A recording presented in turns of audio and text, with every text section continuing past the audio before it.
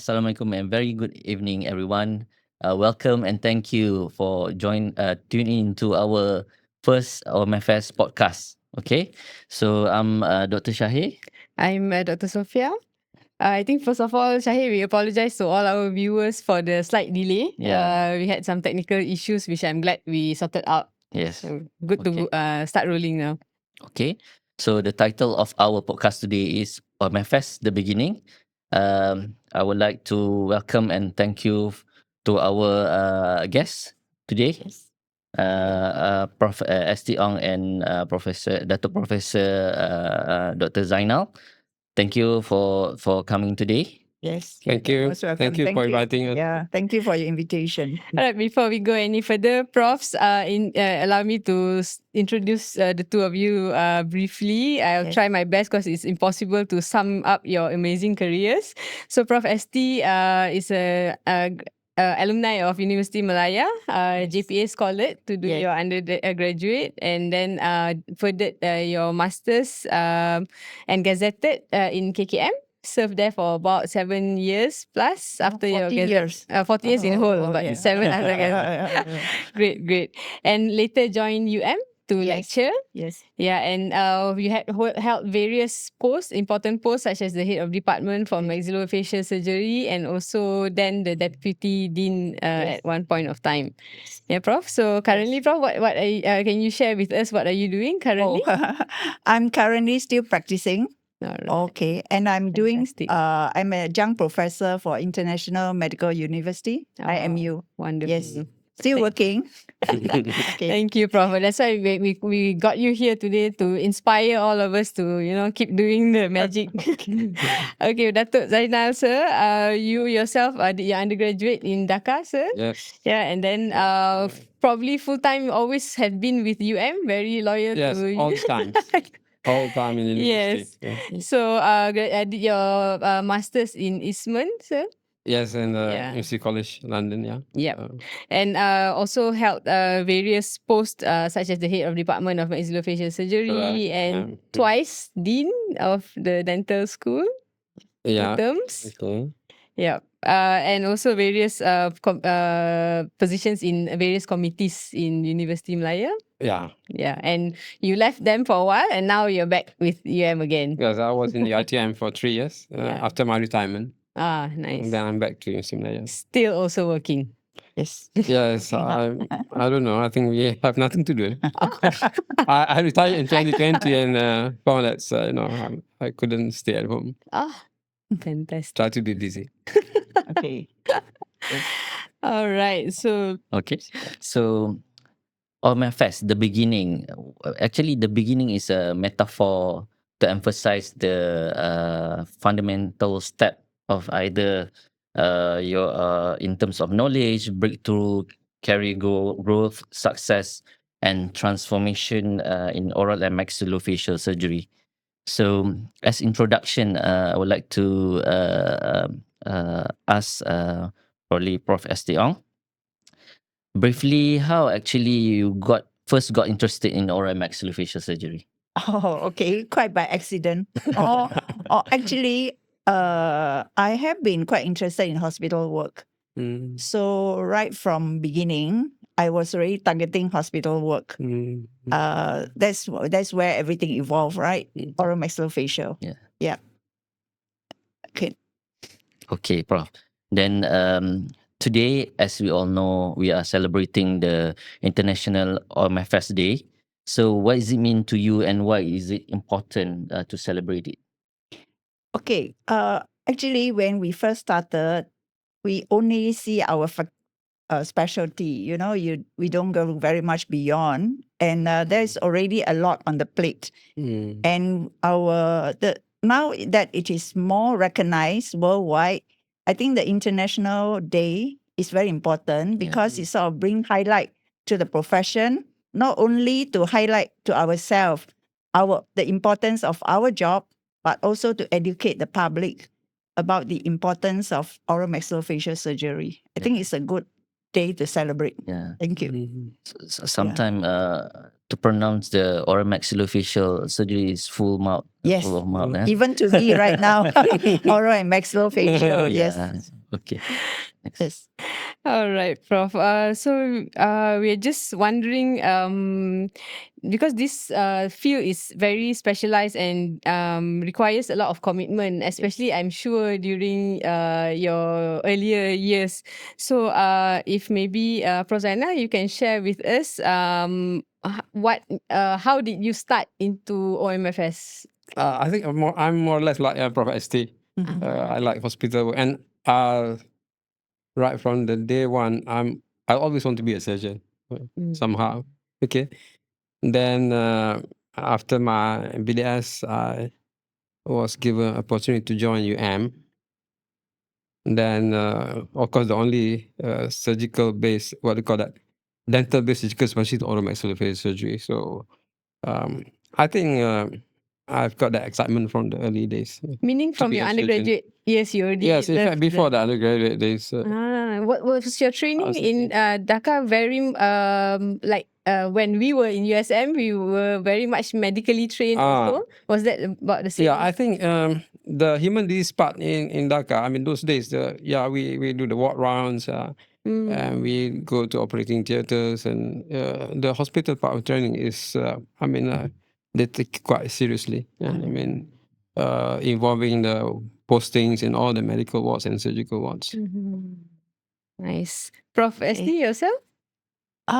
Is this like the No. hospital? When you was mentioning the hospital part of of training, right? I'm wondering, was it the on-call part or the medical management, or which part of it that enticed you to pursue?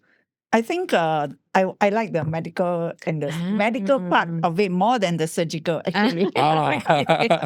But then maxillofacial, somehow we know we have to be more into surgery than medicine. And during the early days, we were called dental specialists. We were not even, we were pakar pergigian, dental specialists. So we practically have to do everything, including endodontics. I see.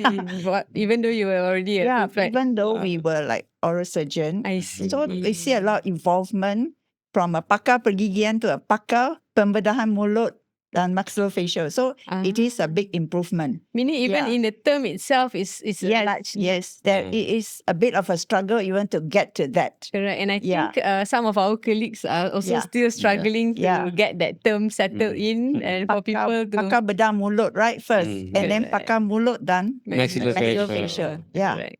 So it is a big improvement, I would say, from a pakar pergigian. Interesting. Prof, was it difficult to get into the program, like from a KKM point of view at that time? Was there a lot of competition or limited space, spots available? How was it like because nowadays, there's probably 6 spots and like 60 candidates, Last time, I think the cake was there but not many candidates. Actually, not many candidates to say want to do maxillofacial. And so we are lucky, we get to where we want to go quite early on. And it's almost like automatic. You serve a few years, you serve your rural service, and there you are, you get your scholarship. But of course, then most of us would have been through hospital service. You would have done some hospital work. And I think that is very important. The early training for you to follow up, because it's only during your early days that you get to train. Later, you have to train other people. So during the early days, before you even start your postgraduate, you should already be mentored quite extensively. Was it the same for you, Prof. Zainal, when you entered MU to secure your spot as a surgeon?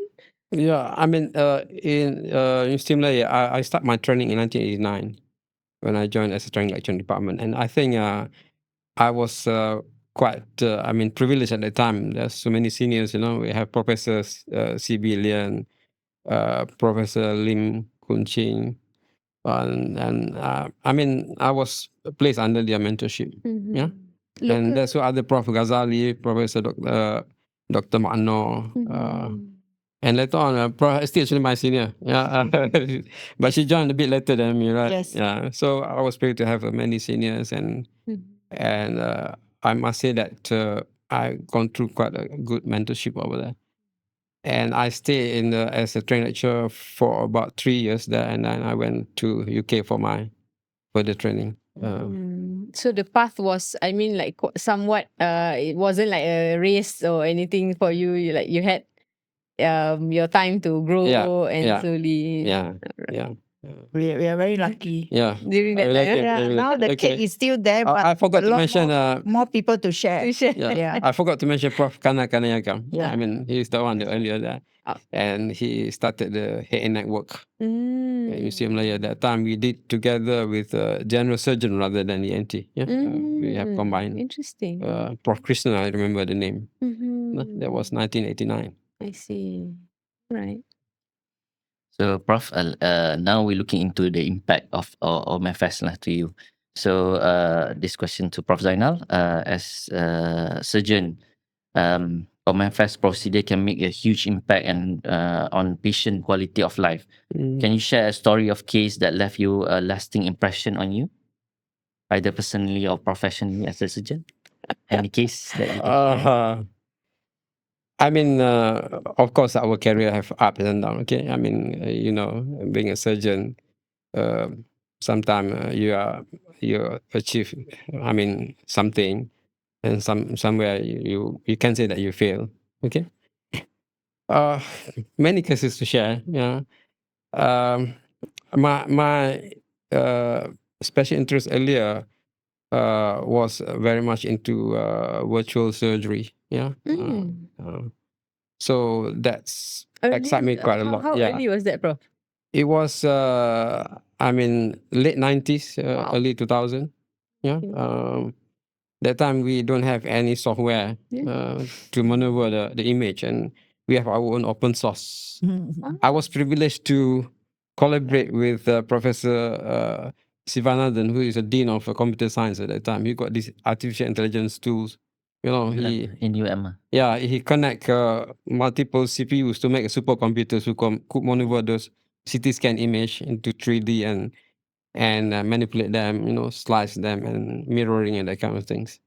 Oh. So I could see that the benefit in my practice, especially in reconstructive surgery, when you want to rebuild human faces, because face is very sensitive to views of the public. Any discrepancy more than 2 millimeters is visible. So the only thing that who could do the things right, who could put the displaced part of the human face into the original place in 3D coordinate is by computer. But of course, you have to apply in all scenarios. Yeah. So those You won't quite imagine. satisfying. Last time we were using slices of X-ray film. Yeah. Just take Manually. X-ray film. Yeah, you No. go through slices of them, and now it's all in That's computer. crazy. Yeah. Yeah. We demo our first virtual reconstruction at the Sabajaya, the auditorium there, where people put a spectacle, a 3D spectacle, and you could see the skull rotating in the air, and then how the defect face been corrected virtually. That's our first demonstration. That was, I think, in early 2000. Yeah. Okay. As Prof. Zainal mentioned just now, there will be always ups and downs in OMFS lah. So, Prof. ST Ong, how actually you balance your technical surgical side of OMFS with the emotional and psychological aspect of patient care? Because every day we fight with our emotions sometimes, and then we drain out. Actually, it is very it can drain you emotionally. Yeah. Technically, you can be trained, but the emotional part is difficult. I always remember, especially dealing with cancer patients, from especially when they can't do well and come to. I remember discussing at one time, with you, as one patient, we brought up, what is a good death? Remember? Quality of Yeah, death. what is a Quality good of life, death? We quality know of what death. is a good life. What is a good death? And that's when you face, people you try to save until the end. But sometimes it drains everybody's energy, including the family. So then we have to think, what is a good death. Yeah. Yeah. Until now, I still cannot settle reconcile this thing. Reconcile. Cannot Yeah. reconcile. Yeah, I think this is the emotional part that is Yeah. most difficult for us. Yeah. Let me share. Frankly, those worldwide data said whatever you do, your cancer patient worldwide global data, 50% of them gonna die. Yes. Yeah. Half of them gonna, but you don't know which one. Yeah. Yes. So when your patient go down, when you lost a patient, it's quite demoralizing. Yeah. Mm. At one time, I used to pack, I don't know, the neck where the patient's bleeding from the perforated carotid artery. Mm. And the patient looked into my eyes and said, Prof, don't give up on me. I'm not going to give up. Yeah. So quickly, I called our interventional radiologist to stent the artery to prevent bleeding. Okay, for that, but you cannot control the cancer. What keep you going on? I always say this to my postgraduate, what keep you going is the patient who survived. Yeah. Mm. You saw the patient who you thought that you're not gonna make it, and they make it. And I saw recently my patient 20 years ago, I did surgery, and they're still around. Mm. And it's that build your excitement. I mean, Motivate you. it balance up Yeah. from your demoralizing from the patient that you lost. I think that's keep you going. I suppose so. Well, I think on that note, I'm wondering, what would you think, Prof. Esti, is the biggest challenge the current generation of surgeon have in terms of managing the expectations or embracing the current technologies? Yeah. I think time is more difficult, the current generation. During our time, I think things seems to be simpler. I don't know, but maybe it's so distant. So I see that the young ones, they have more struggle because there is technological part, there is the administrative part, there's legislation, there's all kinds of things to handle. So I thought during my time, I seems to have an easier time. Yeah. Now technology, everything is too competitive, very competitive. I just hope that you won't give up, but it's also an interesting time. So interesting, that I'm also trying to catch up on the latest in terms of technology, although I don't use it. Yeah. Thank you, Prof. And Prof. Zainal, maybe your views on the challenges in terms of training these new budding surgeons? I suppose the challenge is not much different than the earlier days. Okay. I think I think in this training field, I think you need more rather than straight away you deliver them the knowledge they need to know. You also have to inspire them, when they started. But it's good thing that early days where not many established centers, okay, and they become sort of the pioneer of the area. I see. Okay, so I mean they start from the beginning and build themselves up. Correct. Now because all the centers in the KKM has filled up, then you have to go in the place, except for a few centers in Sabah. A place already established, so they have to have a tough time to accommodate themselves. We have to already establish. Fill in somebody's shoes. Especially you want to start a new thing, and you have things that you want to do things your way. Yes. It's not easy. Yeah, because you already had a friend. So I think we have to change that. How to change our way, of inspiring them, so that they can more what we call that flexible, in adjusting themselves with the thing that they already established there. Could they accommodate themselves? How do you negotiate with their seniors? How do you negotiate with their colleagues? Yeah. So in that terms, I think more than the technical part of maxillofacial surgery. Yeah. I think those days, I think probably I used to remember the early 80s. Yeah. Kelantan Terengganu, we have only one surgeon. Yeah, we used to not have Kelantan many. Terengganu Pahang, only Not have one. many. Yeah. So they cover one place to another. Anyway, to me, the most important thing is to keep doing what you're good at and what you believe in. Especially you look at the world now. You may not be the best with the best facilities, But you look at the innovation that come out of it, the challenges, what is established. And so we should be doing what we know best and what we believe in. That's most important. Yeah. Thank you so much for that. So, in other words, if let's say student or young professional interested to pursue in OMFS, Professor Tiang, what would you advise? Okay. First thing is you must know yourself and you know the profession, so they cannot just jump in like what we used to, Even then, we also know, like I know I won't be an orthodontist, I won't be this, and I like oral surgery. So and then commitment and also willing to learn and accept because I mean, let's face it, most people may not want to be kind to you.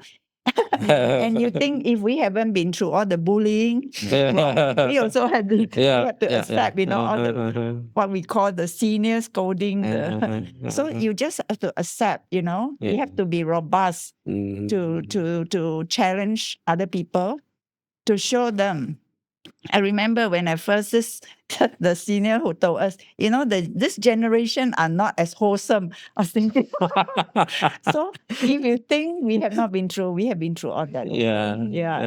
Current day, they call it bullying. We don't call it bullying, It's something we need to do. Can you imagine last time, if you are the head of department, you could order your nurse to clean the place, clean everywhere until it's sparkling. But now you try to do it to anybody. No way. Yeah, but we don't treat it as bullying. It's like part of your training, part of your... It's a challenge for you. A challenge for you. Roughening up. Too. Yeah. I see. Yes. So, all right. So, and on that also same note, basically, to the for mentorship, I think we were also speaking something about that earlier on, Prof. ST. What is what's your take on mentorship? Is it still relevant to OMFS nowadays? Do you think because nowadays you've got YouTube, you can learn by any means, and always people will challenge you. They can learn themselves. I mean, even the patients come to you very well versed. So what's your take on mentorship in this? Mentorship is very important in anything, any field at all. Of course, you can't learn from YouTube. You can only refer, and patients will think they know more than you. Of course, they will challenge. And that's why you need to keep up with time also. You have to be able to know where they get their sources and how to counter them. But mentorship is very important. And we must have the willingness to learn, not necessarily follow everything that mentor tells you, but to pick up what is best. And then you can learn from many mentors. Don't just learn from one sifu. Yeah, you can learn from many sifu, Otherwise, you only cook one meal. Interesting. Yeah. Interesting metaphor. Yeah. You could only cook one dish. And Prof. Zainal, what do you think is like maybe one or two of the main skills that a trainee surgeon need to have with them when they join the program? I mean, what skills do you think that will make them make it through the 4 years of gruesome grilling training? I think the most important thing is your sound knowledge in the form and function of human being. Their basic science. That's what you need for the entry to start with. Okay. I always believe that a strong basic science, physiology, anatomy, microbiology, pathology, and all those things. Those are the main knowledge that they need to know. That need to be with them upon joining the program. And they should not get it upside down. They have to get right human form and function. And it's always said that surgeons are very difficult personalities, like very they want it their way. Do you think that is a prerequisite also to becoming a surgeon? Oh no. It's personality. I mean, it's not all. Yeah, I don't think so. Yeah. It's all character. It's different. Yeah. Yeah, that way. Yeah, that way. You don't have to be arrogant to be a surgeon. Yes, I didn't want to say it. Yeah. To be a good surgeon. Yeah. Yeah. Human behavior is still important. Yeah. Humanity is important. Being humble, and I believe you can learn from everybody. Yeah. Yeah. Because there's always that thought that if you take into account other people's opinions and whatnot, that you don't have an opinion of your own. That's somewhat what it No, implies, you right? can take in, but not necessarily adopt. You should go through your own reflection and your own thought process and see what is best. Then you adopt what is best. Yeah, let it go through the thought process first, not just adopt everything. The Chinese saying, when you are with 3 person, one of them will be a teacher. Yeah, so anybody can be a teacher. You can learn from your patient also. Sometimes they are the one who teach you, and I think keeping grounded is very important. Yeah. Okay, let's go into the future of OMFS, Professor Nal. So you've been in OMFS quite long. So what do you see as the future of OMFS in terms of new technology, surgical technique, or patient care? Probably, let's say, 10 years, 20 years ahead. So what do you think about it? Yeah, I mean, the what do you call it, technology in assisting surgery is going very fast now. Okay, from my earlier days of the virtual surgery, now we have what do you call that, robotic and augmented reality now. Yeah, AI. Okay. Before we used to have virtual reality, now it's augmented reality, or 4D. From 3D we go to 4D. It's a fast going. But then whatever the technology is, I mean, you must have a diligence to apply it. You cannot apply all over all in all areas. It's just not like when the hammer is your hand, when a hammer is in your hand, not everything's a nail. Okay, you should not have everything like a nail. No. Okay, so for me, it has certain application, but in not all situation. And I always tell myself that I should not be obsessive in anything, any new thoughts that come around into town. Okay, so you use things just for the right way. So this is my views. Perhaps it move the sign, but you can ask again how much the advantage of using technology and compared to conventional. What are the what the reality of that? Okay, does it really advantage, or I mean, certain things that you increase operating time. You must have a concrete evidence on that. Yeah. Does it really? But some of them are very expensive.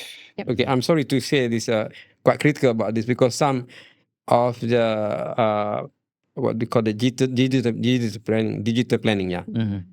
Digital planning, it costs about 30,000-40,000. And your conventional surgery, I mean, doesn't cost anything. So could you, how you say about that? 30,000 and nothing. And what's the difference? If it's just no different, then why should you go for this? That's typical example. Okay, Prof.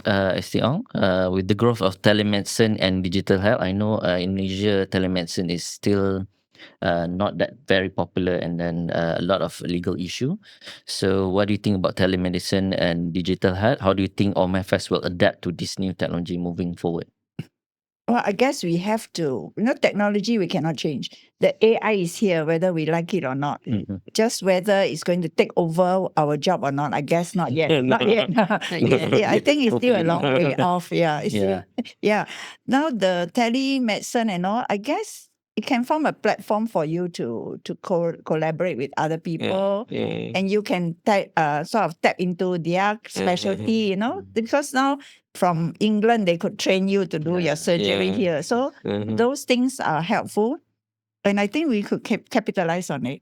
Yeah, we should, especially when you don't need to travel that far. Yeah, I think it's a good tool, isn't it? Yeah. It's a good tool. Yeah, we have one tool on cancer, the early identification of mucosal lesions. We call Mimosa app, where you can use handphone to take a picture and send to the expert, and say whether it's cancer or not. I think we found that's an advantage of that for early diagnosis. I mean, helpful for rural areas, especially inaccessible areas. Everybody have handphone nowadays, isn't it? Should be good. Yes. True. Yeah. I think we are trying to taper down the conversation a bit. So I'm just hoping that the two of you profs can reflect about what are you most proud of regarding the fraternity. I mean, from those days until now. Yeah. Okay. What do you think? All right. In year 2000, I was a president of MAOMS at the time, and I was invited for a World Summit in Chicago for the all president of the World Association, and we have workshops there. Workshop is to plan the future 50 years of MaxFat, what it's gonna be. So there we have what we call a breakaway session and all those things. So I just realized that I'm in the right profession. I'm glad that I choose this as a field. I see how people care for each other.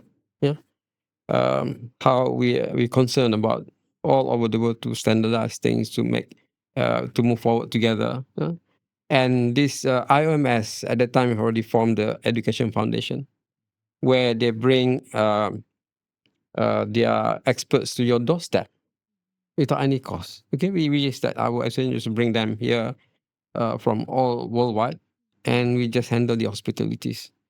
So I mean, I suppose that we stay together a lot. I mean, that's the main reason why over the last 3 decades we really move forward as an association, as in unity all together, and because of that, I think I feel privileged, I feel blessed, I feel lucky that I choose the right profession, and for the last 3 decades, you could see that there's a tremendous advancement of our specialty, and we are always been how I must say that can I use the word a bit underdog in terms of surgical specialty, because being a dental based specialty, probably because of that, we tend to do more, than the others, tend to stay more in unity, tend to help each other more, and we could see that people in Cambodia, for example, the whole association was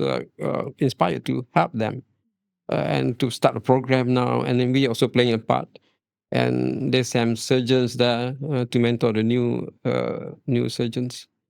It happened all over the world, and those who developed nation helping the others to come up together.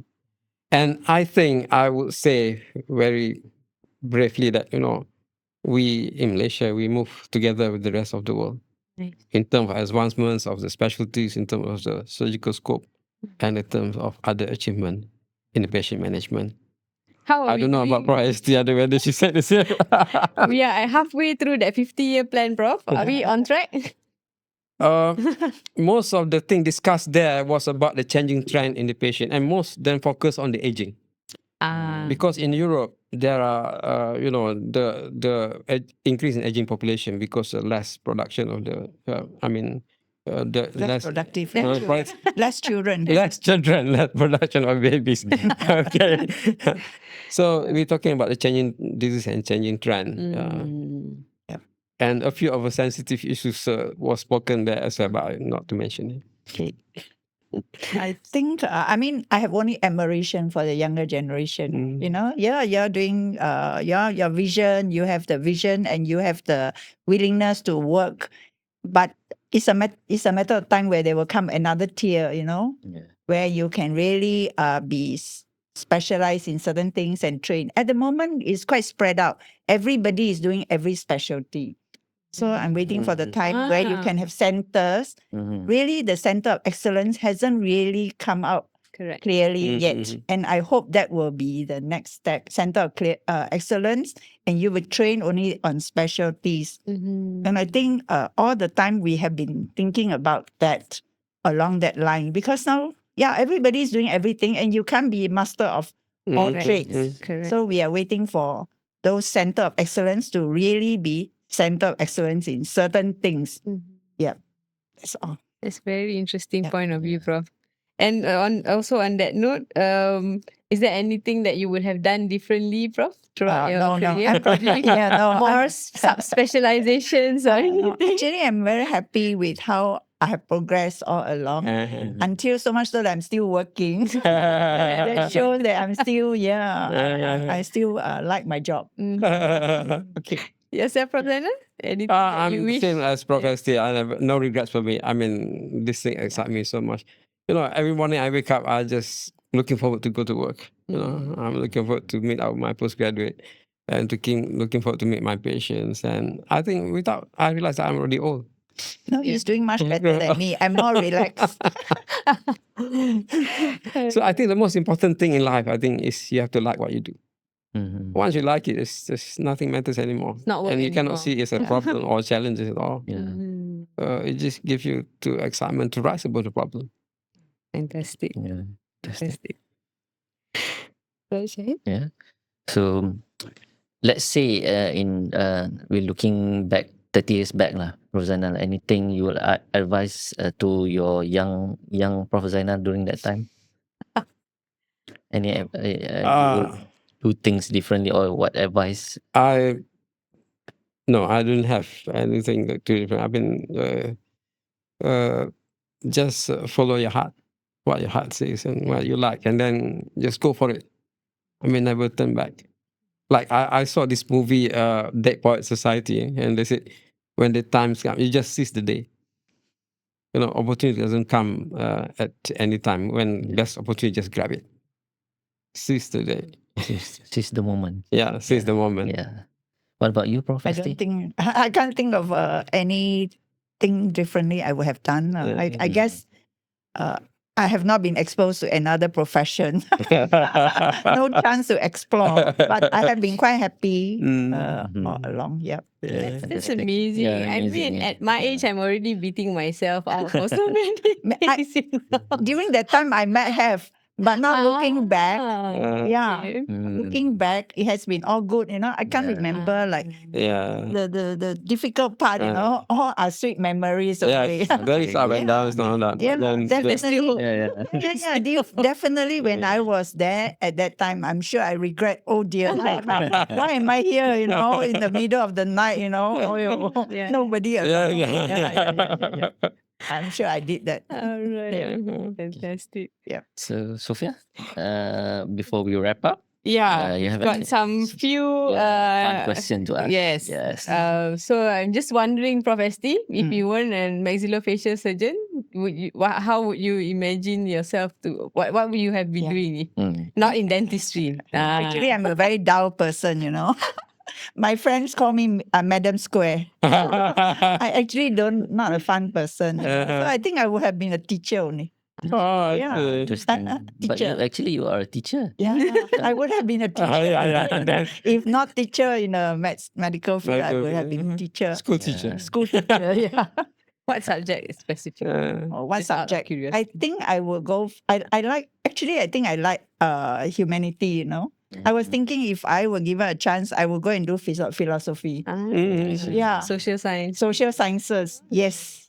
I think I find that the world now is topsy-turvy. It's difficult. Moving too fast. Yeah, so we really have to be thinking a bit more philosophical to try and get through the day, Yeah. What about you, Prof. Zainal? If not I becoming did surgeon? many things when I was young. I play music, I paint. Yep. And once upon a time, I like to, I feel like excitement to join the National Geographic Society expedition, That's that kind of interesting. thing. That's Probably that's interesting. why I am, if I'm not. Explorer. Explorer. Nice. Excitement. I still enjoy watching the program. Alright. So any probably any quirky moments or anything throughout Funny your things throughout your careers. Maybe Prof. Well, there's a lot of funny things. I'm sure he had a lot of fun time in Dhaka. Memorable things. When I finished my first craniofacial surgery, my house got burned down. But thank God, Alhamdulillah, it's only small part of the house. I see. I remember when we almost finished, then my wife calls it my house burned down. I still remember that moment. That my first monoblock surgery I done. Yeah. What about you, Prof? Actually, I mean, looking back, sometimes you think I'm not family wise, there will be some sacrifice. Like I remember once when I was operating, then the school call, your son had knocked the head, and I had to send the nurse to send him to hospital. Because I couldn't run out. Yeah, those things, Yeah. yeah. It's not easy actually. Yeah. Look back. Yeah. But Sacrifice not just on your end, but the children have to children also. sacrifice. Yeah. that's true. Yeah. And I'm just wondering, between the two of you, which specialty you always knock heads with? I mean, like friendly knocks. Which Specialty. Because like, Surgical specialty. anything like maybe the anesthetist or No, anesthesia will be my good friend. yeah, I mean- friends. I hope they're listening now. They yeah, are wonderful yeah. friends. I love their comradeship. I love their, we have good teamwork. anesthetic. Yeah, and I think most importantly because we always been in shared airways. Yeah, Yeah.